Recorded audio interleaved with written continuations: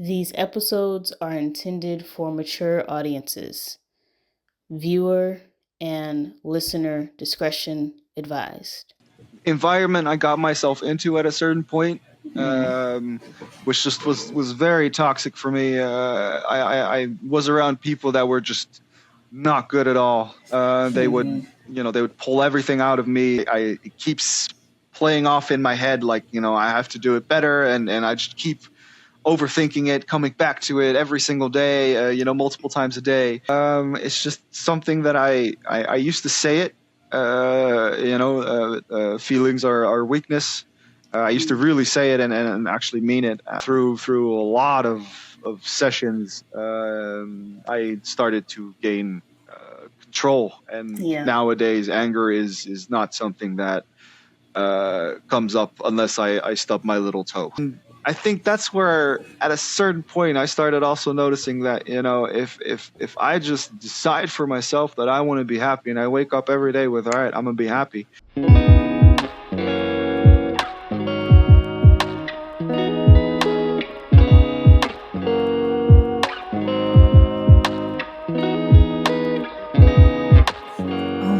Hey guys, welcome to another episode on Stories of a Dandelion. Today we have an old friend, Bjorn, on the podcast. Welcome to the podcast, man. Thank you very much. Happy to be here. Yeah, happy to have you on. So, first question that I ask everyone: if you were 18 and graduating from high school this year, what advice would you give yourself? The biggest one I met in life was trust yourself. Always trust yourself, trust your gut, go with it. It's usually right, so follow it. Yeah. So tell the people about your life, because how did you get to Shape? So where were you born, and then how your life progressed to be where you are now? Well, I was born in Belgium. I was born very close to Shape. My dad already worked there. So I was born there. I went to a school outside of Shape shortly when I was very little. I don't even remember that, but I've been told. And then after, I've always been on Shape. My dad got to stay. So I don't know. You can consider that lucky or not. But it depends where you're coming from. And then, I kind of always had been on school on Shape. Surrounded with everybody there. That's where also I met you. Yeah. I mean, what can you say about life on Shape? Long and safe. Yeah, true. Nothing like the outside world. No, not at all. It's no. It's a totally different thing. I didn't understand really how safe it was until I finally left Shape, where I was like, okay, so this is a little different. Yeah. How did that make you feel when you got into the outside world? Unprepared, very unprepared. Yeah. And I figured out that I think I was about the age of 21, where I was like, wow, I have no skills at all. Like, to really survive on my own, I need assistance from what I at that point still considered adults, even though I was an adult actually. Yeah. But I needed that help, and then slowly, by failing, it got better. Yeah. Yeah, living and learn, right? Exactly. So what did you do after you graduated? What is it called for Well, actually, Belgium? I never graduated. Okay.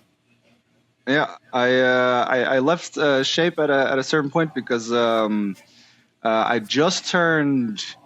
I failed another year in school, and then I went to a French school outside of Shape, quite far away. And then in my second year there, my last year there, halfway through, I just turned 19. And I decided, as I did often, to ditch school, and I was on Shape. And then, coincidence, my father was having a run with a coworker of his who I also knew, a very good friend of my father. And he spotted me, and he said to my father, "Hey, is that Bjorn?" And he knew I was supposed to be at school. And at that point, my dad came up to me, furious because I ditched school again. So I understand why. And then he basically just said, leave. I don't want you in the house anymore. Go live with your sister if you want to. At that point, I was like, light bulb. Oh, that's a good idea. Let me go do that. And that was actually how I kind of left Shape. And I tried finishing school here in the Netherlands. I passed 1 year, but I didn't again pass my final year because they put me back a grade because Belgium school, Dutch school, it's very different. So they were very all confused about how to proceed with that, and they just put me a year back actually. And in my last year again, I dropped out. So in the end, I never really finished it. So yeah. Wow, I didn't. Yeah. That's learning something new about you, Bjorn. Okay, Yeah. how do you feel? I have been looking. To go I have back? been looking for a way to actually do finish it now. Okay, that's what I was about to ask you. I was like, how did at the time though? How did you feel about leaving school? Well, I didn't really think about it at all. Actually, I think that was a little bit of the problem. And yeah, eventually I ended up going into to get work, of course, because at a certain point you can't just do nothing. And I ended up going into sales because literally on the ad it was, you'll be paid as an adult. And I was like, because before 24 in the Netherlands, you get paid less, and then it increases until you're 24, and then you get paid as a full-fledged adult, basically. And they said, we'll pay you as an adult. So I was like, cool, I'll do that. And they were like, okay, you didn't finish school. We don't care. Just go sell. And I was like, cool, that works. And so that's kind of how the career in sales started. And yeah, I needed no diploma for it at all. Yeah. But now I still want to finish it. It's something that's like, it's eating in the back of your mind, and it's like, I have to do it. It's just something that has to be done. Completely understand. So like when you do get the opportunity to go back, are you thinking of like university after that, or just, get your high school diploma and continue on with life? First I have to see where I'm standing. And what I actually have to do I assume to finish high school first. And then maybe after I'll continue with study. I have been thinking about a couple things I could do, but choice is tough. Yeah, true. And I have to find something where I can stick with it. Okay, yeah, definitely. Do you get, because in the States, if you don't finish high school, like you can get your GED, so you study everything you learn in high school and you take this test. Is that like overseas as well in Europe? Here they do have something like that. They also have a test you can take to see if you can get into university, even without any diplomas, just to see like if you pass this test, then all right, then you're eligible to join the university and study here. But it all kind of depends on what I want. And the tough thing is I'm not sure what I have now as concrete finished studies, because in Belgium it works a little bit differently. So I do have some kind of diploma, but it's hard to translate it to the Dutch. And that would be something I have to figure out first. And I've actually, until recently, never given it much thought, and just kind of, put it to the side. But now I'm seriously looking into it to change that, because it's just better to have it. Yeah, definitely. So tell me about your life once you got into sales. How did everything go? That was it's a rush. Because selling, as soon as you sell something, it's dopamine, because usually selling means that you earn bonus. So I got into the habit of yes, making money, but spending it, I think, twice as quick. I was really good at spending it even faster than it came in. And then I always kept pushing that. I loved sales for the connection with people. I love talking with people, just being around them. It gives me energy. And I figured out that I'm pretty good at sales. I'm good at talking. I like to talk. So that works very well in sales. I mean, it can be a grueling job as in hours. But yeah, I enjoyed it until a certain point, because there are still a lot of stress factors involved. You have targets that you need to hit. People aren't always very friendly to you, and they say very very mean things occasionally. Yeah. But yeah, it was fun. But nowadays I'm looking for a change from sales, Okay. something more stable, because it's Yeah. the Yeah, targets, you don't definitely. hit them, and it's Yeah. over for you. Yeah. So Oh. how did that stress of like having to get money, also spending too much money, like how did you deal with that stress mentally? Well, I mean, yeah, that's that's a tough one to say. I have I changed quite a bit in that aspect, but I have a very good way of just ignoring things, which is a very bad habit. Mm-hmm. And with me, and that's just something because I have ADHD. If I don't see something, it's not there. And sometimes I just don't look at the things, and so I don't see them, so they're not there. But then, Mm-hmm. usually the problem kind of gets worse instead of gets better. Yeah. And yeah, that's it was not a smart move in the time. I've learned very much from that mistake as well. Mm-hmm. Ignoring things is not a good thing. It doesn't work that way, because it'll catch up to you at a certain point. Exactly. Yeah. So Yeah. that doesn't help. So, you just said you have ADHD. How did you deal with that growing up? Because obviously they say kids with ADHD when they are in school and stuff, they tend to get bored. So it is Yep. understandable why you would ditch school because it's not appealing to you. The teachers aren't stimulating your brain in a way that you need to learn. So what like when you were ditching school, what did you like what were you doing? Like did you just go out and be like, I'm just gonna go and like go home or like what was this? No, well, usually I went out to go smoke weed. That's usually what I did in the pastime. Yeah, mainly every time almost, I think. Mm, Yeah, that was the main thing I did, and then just chill at the pizza bowl, and yeah. not do very much. But Yeah. yeah. But we actually only found out that I have ADHD when I was 25, so that was only 3 years ago. Because Wow. I started asking questions. I started noticing on drives home from work Mm-hmm. that I would just forget, like not even notice, like 15 minutes where I'd be driving and suddenly be like, wait, I'm already here. How am I so far already?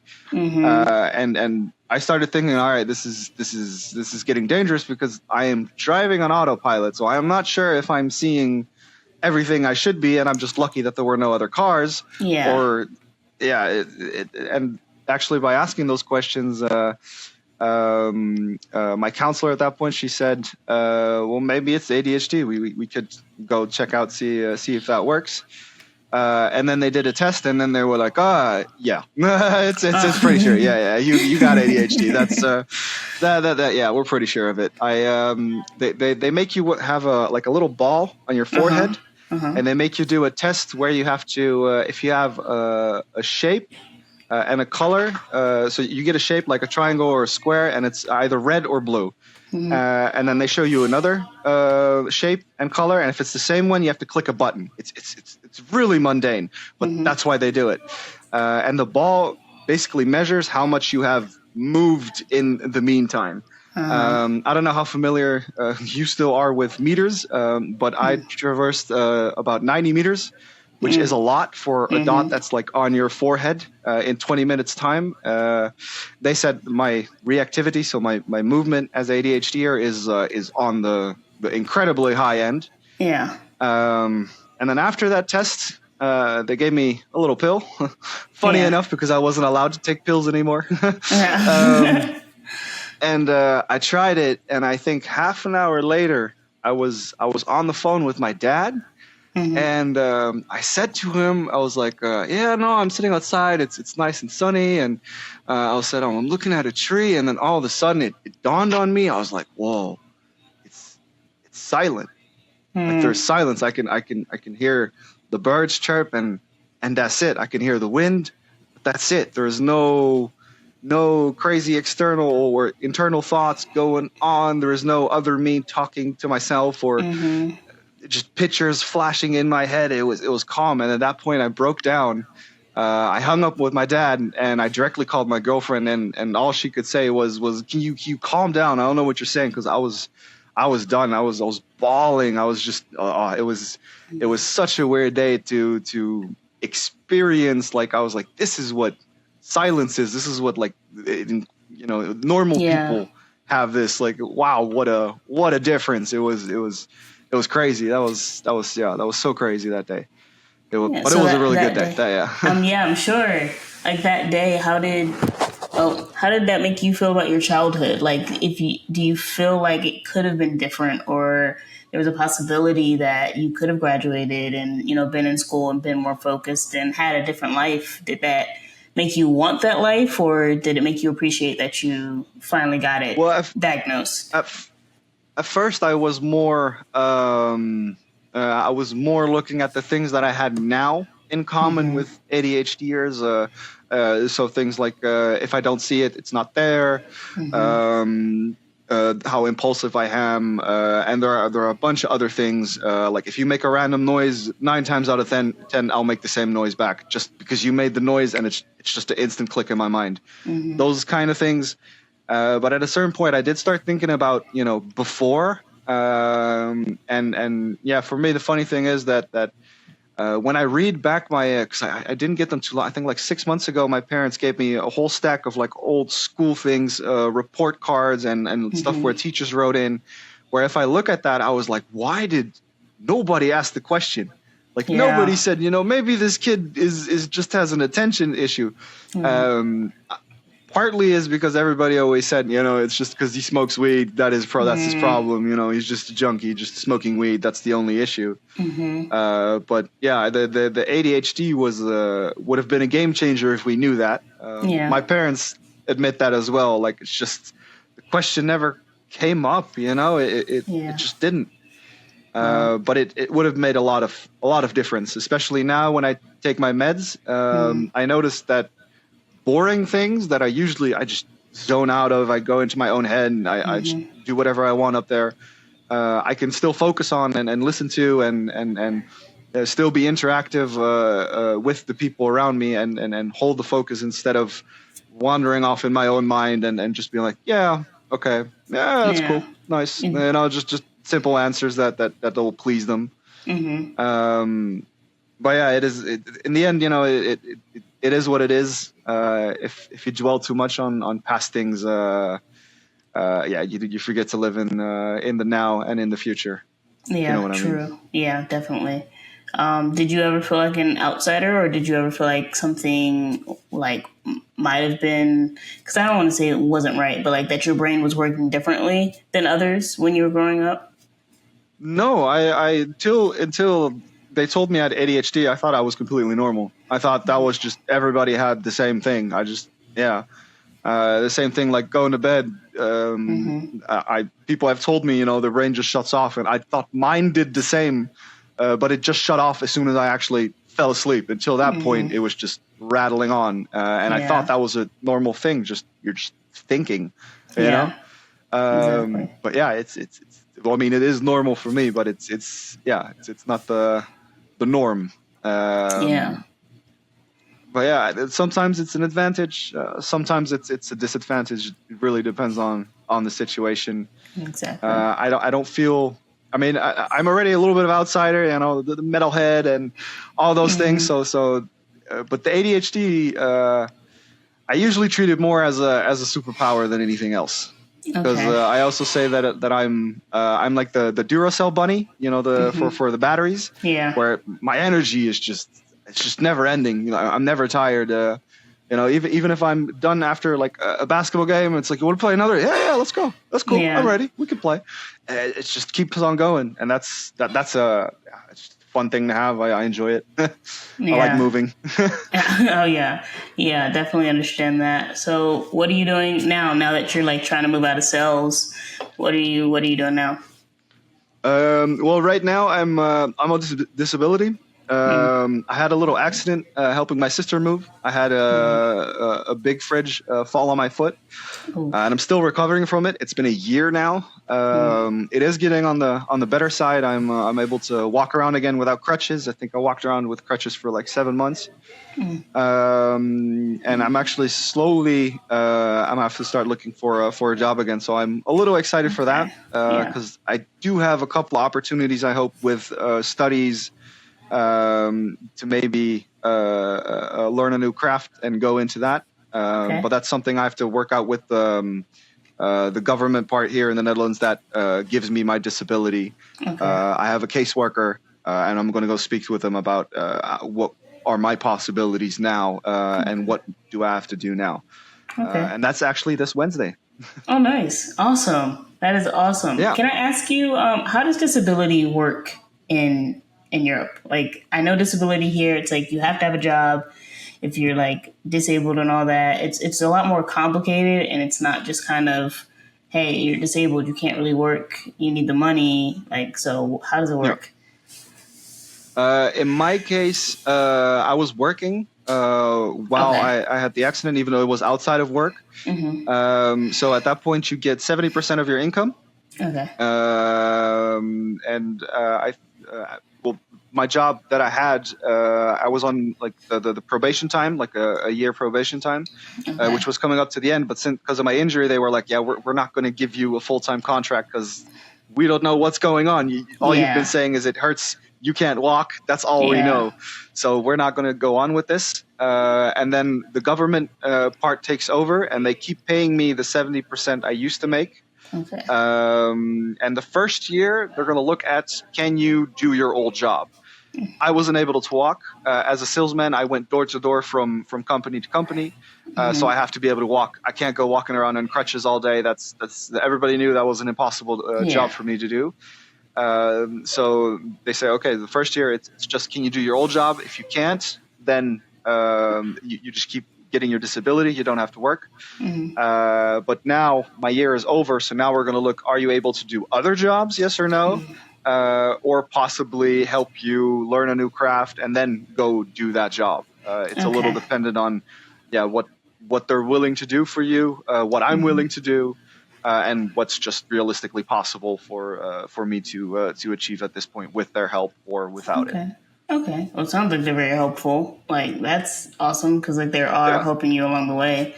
What are the crafts that you're looking to like get into that's new to you? Right now, I was thinking about software development. Because I like computers. I'm a very big gamer. And on the other spectrum of that, I was looking into something with animals, like a veterinarian assistant or something in that sense, depending what I can achieve at this point in my life. Nice. Did you guys have animals growing up? I had, let me see, when I was young, my sister had a rabbit. I, at a certain point, had a dog. Well, my parents had a dog. And we've had a couple fishes, but that's about it. Now I have 2 dogs and a cat. Nice. And 2 birds. Wow. Yeah, I even had one of those mini pigs. It's a little small. Well, he wasn't really small, but they're a little bit smaller. They're like dog-sized.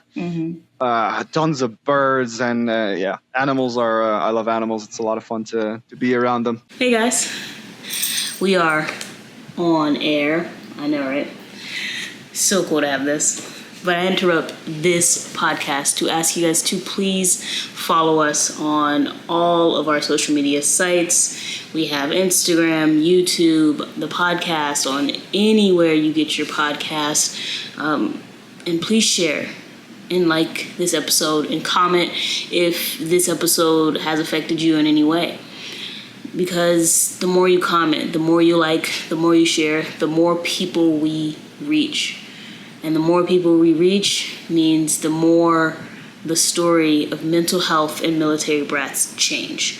So please go and follow us on all of these websites, and please share it with whoever and whomever you believe these stories will help change. Because I know that all of these stories thus far has already helped change my life. So again, thank you guys for watching, and please like, share, comment, and follow us on all of our social media platforms. Yeah, yeah. I've, you know me, I've had dogs. So never had birds, Yep. pigs, or like rabbits. But yeah, always had a dog. That's awesome. Like the fact that they're going to help you and bring you into your next job is amazing. So so that means they'll help you probably, or we'll see on Wednesday, you to go back to high Yeah. school possibly, and then like, or software engineering or software development. Will you have Yep. to go back to school for that, or will like they'll do a training to help you get into that field? They won't do it themselves. That I know for sure. Yeah. But yeah, that's the thing. I'm not sure what they can exactly offer me. Okay. I have been told a couple of things by my caseworker before this, which are possibilities, but not everybody gets in. It's you really have to hit certain criteria. And I believe it's somewhat is it at that point possible in the budget to do something like that. Okay. Because if you're going for a study and suddenly you're like, yeah, I want to go study in Harvard, they're going to, yeah, we're not going to go pay for that. Oh, yeah, Like of course. you can figure that out yourself, buddy. Yeah. So it's all about, you know, staying realistic in what's possible. And I just need to figure out what can they offer me at this point. And maybe it can be somewhat working together where I have to give something and they can give me a little bit as well to reach a common goal, at least for me. Yeah. Yeah. Because their wishes as well is that I just go back to work and I keep working and I stay working. That's what they want, and preferably me too. Yeah, exactly. Yeah. That's interesting. Do you know the budget that you guys will have? Like, or is Nope. okay, so everything okay, got you. Yeah, Okay. it's for me. It's still a big mystery. So I'm very much waiting for Wednesday. Yeah. Yeah. Are you excited about like this new venture, this new opportunity ahead? Yes, because I during my injury, I've at some point I've decided, listen, I don't want to go back into sales. Excuse me. I don't want to go back into sales. It's having to hit those targets all the time. It's still a certain pressure, and I feel really miserable when I don't hit them. First of all, because you make a lot less money if you don't hit them compared to if you do. Yeah. So that's one, and two, just me as a person, failure is something I don't want to say I don't cope well with. It's just it's irritating, it's bugging, it gnaws at me, and it keeps playing off in my head like, you know, I have to do it better, and I just keep overthinking it, coming back to it every single day, you know, multiple times a day. And at one point I was like, you know, the whole time I've been injured, I've been so free of concern of that. Maybe I should start looking for something which is just, you have a job to do, you do the job, and then it's fine. It's not, you have a job to do, you do the job, but you still have to get certain things really as results, which is, you know, the sales. Because you can walk around all day, not sell anything, and you know, then you haven't really done anything all day, but you've worked all day. Yeah, exactly. And I kind of want that to be over, because it was fun at first, but now I want more stability. It's just more, I want to say comfortable, which isn't a bad thing in my opinion. Yeah. Tell me, when it comes to failure, especially during that time, like you said, you're not good with coping with it. How were the ways that you dealt with the failure, and did it replay every time you were going out? Well, when I was a little bit younger, failure usually ended up in anger, and a lot of self-hatred and self-loathing, and yeah, you can add on to that. As I got a little bit older, at a certain point, my anger started to externalize, and I started to, at first it was physically either hit things, but things. And at a certain point, it started getting close to actually starting to touch people. At first, usually I would do it verbally, and I was very good at it. I was very good at finding the thing that hurts you. Mm-hmm. And I think I used to do it because then I'd forget about myself and I'd focus on you, and then it'd be the ignoring part again. Focus on something else, forget that it's not there anymore, it's gone. Mm-hmm. But then as soon as everything calms down again and I'm alone with my thoughts, basically, they'll pop back in. It can be after a minute, it can be after an hour, it can be, it really just depends, but it will come back always. Yeah. Now I've had therapy as well for 5 years, so Okay. I've had quite a lot of it. Yeah. Also anger management, Okay. and that has done wonders in how I now deal with it. And I've become, I find myself, I've become a lot more healthier and Mm-hmm. happier because of it. Yeah. So yeah, that was a big change. But failure is always hard to cope with. I think for anybody, nobody likes to Yeah. fail. Yeah. Definitely. How do you deal with it now? And actually, first, looking back, like to the people that you would like focus on and throw your anger at, did you go back and be like, I'm sorry, I apologize, like that wasn't me, that was me being mad at my own failures, or something like that, or At first, I didn't realize it. mm-hmm, I was still very young, naive, and just I was so filled with anger towards me and towards the world. And I didn't even know there was so much anger in me. Like I never figured that out on my own. mm-hmm, I wouldn't listen to people that said that I had it in me. Occasionally, I would apologize to people, but usually I would, because again, I'm very good with words. I mm-hmm, would talk around what happened and not really apologize, but I wouldn't say like it didn't happen. But mm-hmm, I wouldn't really say I'm sorry to you or forgive me or anything like that. I would just kind of in Holland we say I'm kind of gift wrapping it for you basically, and mm-hmm, there you go. That's kind yeah, of what I did to those people, and a lot of people let it slide, and the mm-hmm, people that didn't, usually after a while they just left because they didn't want that in their life, and that I completely understand. yeah, It's not fun to have somebody like that who is angry at you, berating you, and mm-hmm, really talks about your biggest insecurities and just puts you down to the ground. Nobody wants that around them, so I yeah, understand that. yeah. So what made you go to therapy and get the help you needed? Well, first it was after I went into rehab.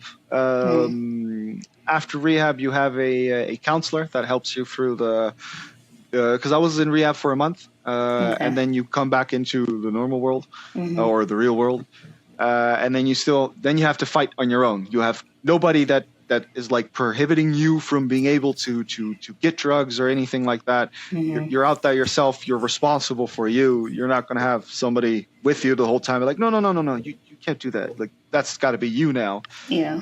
But they do have a counselor, a therapist that helps you kind of reintegrate Mm-hmm, into that and staying sober. mm-hmm, And in sobering up, a lot of different things came up. Some trauma things came up from stuff that the drugs kind of like, pushed into the ground. mm-hmm, That came up, and then somebody suggested therapy.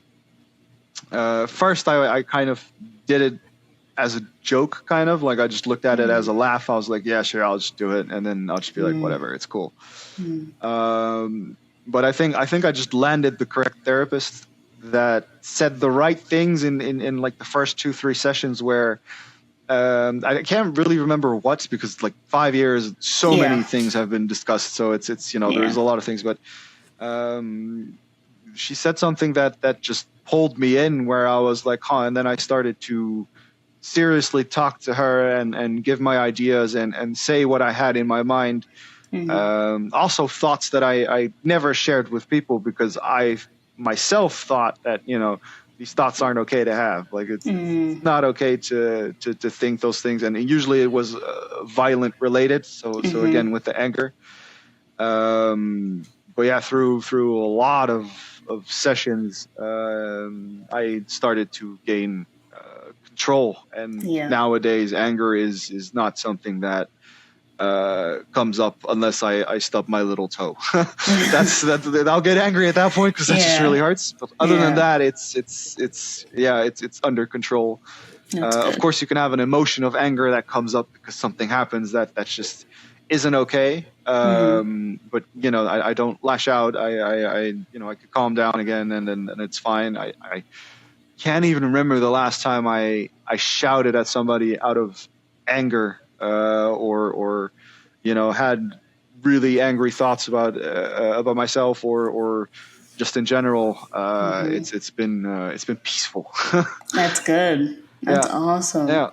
So, did you feel alone in that time, like before rehab? Like, did you just feel like I'm the only person going through this? Nobody else would understand. Is that kind of what pushed you away from therapy, or was it just kind of like it's only for crazy people type of thing? Well, first, I more thought it's for weak people. I had a very warped perception of having to be strong and not be weak, and feelings are useless. It's a weakness to show your feelings and stuff like that.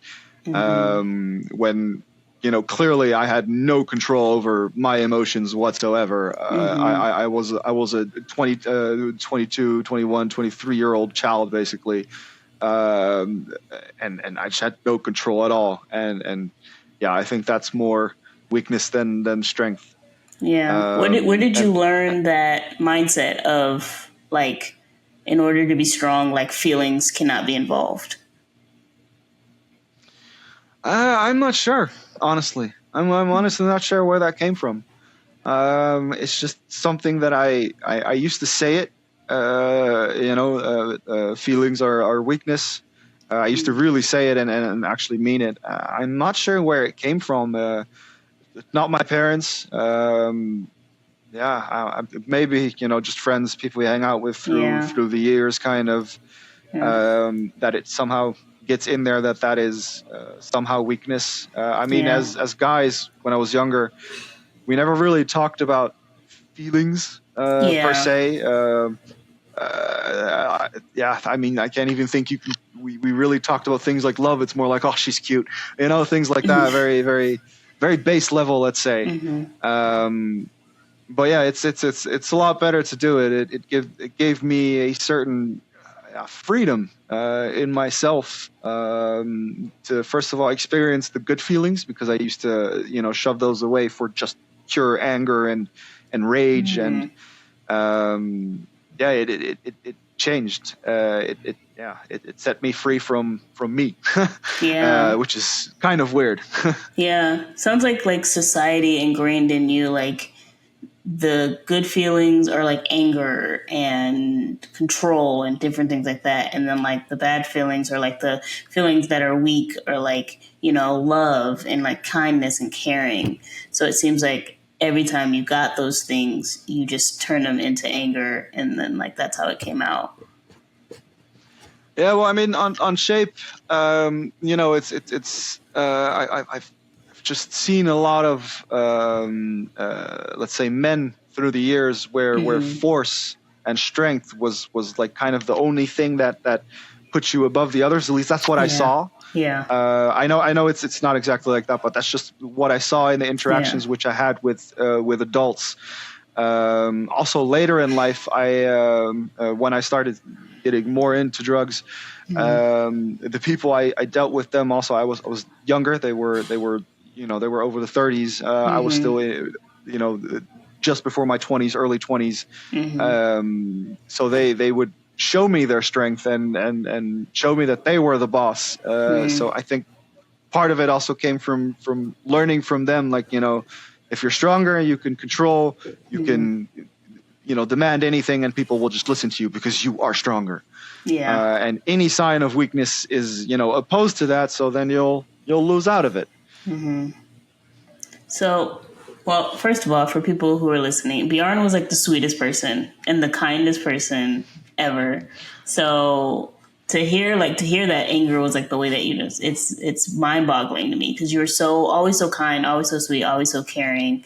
to like the people that were closest to you. And at one time, me and you were super close. Like I used to hang out with you Yeah. every single day. I remember that. Yeah. And so to hear that you were struggling with those emotions, like it surprises me definitely, because that's all I ever saw of you, was just very kind, sweet, loving, and like that type of person. So It's also kind of the environment I got myself into at a certain point, which just was very toxic for me. I was around people that were just not good at all. They would pull everything out of me. I'm not sure if they ever did it really on purpose, or if that's just the type of person they are, or if they got enjoyment out of it, or whatever it is.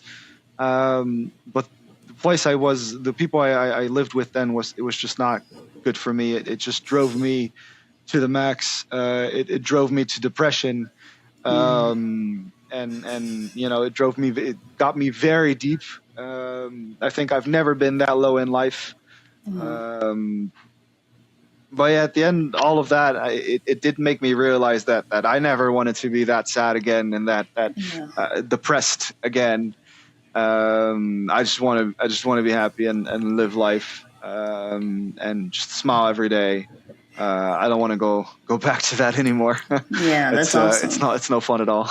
Yeah, definitely. So tell me, what in therapy helped you keep control of the anger and keep control of like things in life that is around you, and just keep being positive and knowing that at the end of the day, life is going to happen. But as long as I am still controlling what I can control and allowing everything else to be, then I'm going to be okay. So what practices did they tell you to do to kind of have that mindset? There weren't really practices. Okay. Oh, sorry, my dog wants to go You're under. fine. There weren't really practices I had to do at home, other than things like count to 10, take deep breaths, go to a happy place, things like that. It was more really the conversations I had. I've had a couple of therapists through times, and I think it's a combination of all those conversations. And at a certain point, you actually you have a day where you get into that happy moment where you actually feel it, and you actually think like, oh wow, this is a good feeling. Oh, I like this. This is a great day. This is good. I like that. And I think that's where, at a certain point, I started also noticing that, if I just decide for myself that I want to be happy, and I wake up every day with, all right, I'm gonna be happy, that's going to affect it. Of course, I have days that are just, when I hurt my foot, I went through a phase where I was a little bit depressed just because I couldn't do much. I couldn't move, and I like to move. Yeah. But and that's normal to have some days. But in the end, I just said to myself, I'm done being sad. I'm done with that. I want to be happy, and I've done that ever since. I can't tell you the exact day. Yeah. But at one point, it just clicked in my head, and I switched the script, and haven't looked back really. Yeah. So give somebody advice out there who is like in their darkest points, similar story to yours. Give them a little bit of advice of how they can get through it and how there's light on the other side. Well, one of my favorite sentences for myself, I might butcher the quote a little bit, is from John Lennon, which is, in the end, everything will be all right. If it's not all right, it's not the end. And it's basically, there's always light at the end of the tunnel. I dug myself in such a deep hole, so incredibly far. But in the end, I was still able to get out. And it's possible for everybody. Sometimes it takes a little time. It does take work. It doesn't happen overnight. But it's there. There is always hope to gravitate to and to hold on to. And if you hold on to it and you ride it till the end, and you come out of that tunnel, it's the best ever. It's partially the promised land where you go to. Yeah. In my experience. Oh, that's awesome. Thank you for sharing. And last Welcome. question. Last question. Are you ready? Because I am. now you're on that path that you want to be on. Where do you see yourself in 5 years? Like, do you have an idea or? In 5 years. Yeah. Well, if we're talking actually 5 years today, I would love to be on a vacation somewhere. That would be amazing. I'd like that. Yeah. I'm starting to get older. I've always wanted a family, so if that is somewhere in the picture, that would be great. I'd love to see myself there in 5 years. Mm-hmm. Other than that, the job I do doesn't really not concern. Okay. I'm not really worried about it. Mm-hmm. The people around me, I'm not really worried about that either. I just know I'm going to enjoy it. Yeah. Whatever it's going to be, then however it's going to be, then I'm going to enjoy it. I'm going Mm-hmm. to keep riding the adventure of life. That's awesome. That's amazing. And I don't know, this like just got like came into my head, but like I was thinking, I was like, your story and how you share it, and because you love talking to people and interacting with people, I was like, you would be like the best motivational speaker for those who have gone through what you've been through. Yeah. You definitely would. Thank you. Thank So, you. yeah. I have been looking into something like that. So Yeah. maybe. That would be awesome. Like, oh, like I just can see it, you changing so many lives because you've always been a light. So to share that light with others, it's going to be life Well, changing. I know. that'd be beautiful. Yeah. Yeah. That'd be great. The more Yeah. people I can help, I can touch, where I can tip the scale basically is a win in my book. Every one of them. Yeah. Exactly. That's exactly what we're on earth to do, is just to help each other and be the best for each other along this journey, because life is Yeah. already hard by itself. Like we Oh gotta yes, help yes, each yes, other. yes. Yeah. So that Definitely, would be awesome. it's a rough one. Yeah, very much so. Yeah. But thank you for being on. This has been absolutely amazing. And I do have a little surprise for you after we're done All right. wrapping up and recording. So again, thank you. Okay. Love you so much. And No, yeah, I this is love you awesome. too. Yeah. It's been great. Yeah.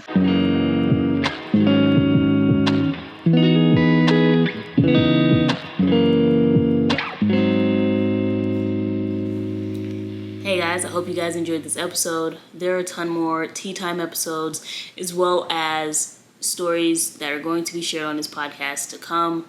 So please like and subscribe or follow down below. And I will see you all next Military Brat Monday. Thank you guys for tuning in. And I am so excited to continue this journey with all of you.